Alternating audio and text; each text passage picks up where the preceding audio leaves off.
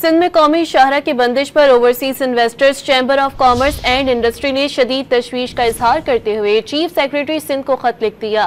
फैसलाबाद के सनतकार नुमाइंदों ने भी सिंध में एहतजाज से मुल्की बरामदात गिरने और सनतकारों को बड़े नुकसान का खदशा जाहिर कर दिया।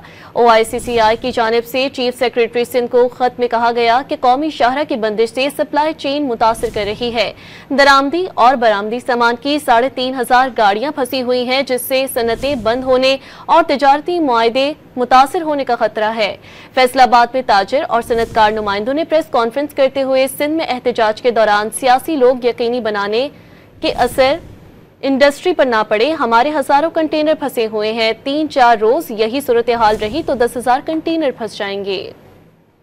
कंटेनर जो रास्ते में थे, जो अभी सक्खर नहीं उतरे थे मोटरवे पे, वो वहां पर स्टक है। तो अभी एग्जैक्ट फिगर भी थोड़ी देर तक इसके आप लोग भी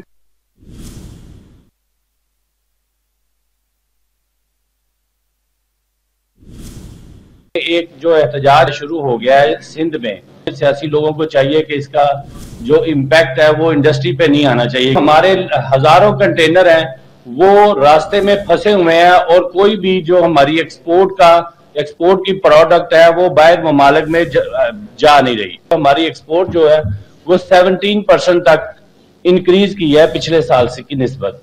लेकिन अगर इस तरह की हर्डल आ जाएगी या जिसमें एक्सपोर्ट इंडस्ट्री डैमेज होगी तो हम एक्सपोर्ट में बजाय इंक्रीज करने के हम डिक्रीज पे चले जाएंगे।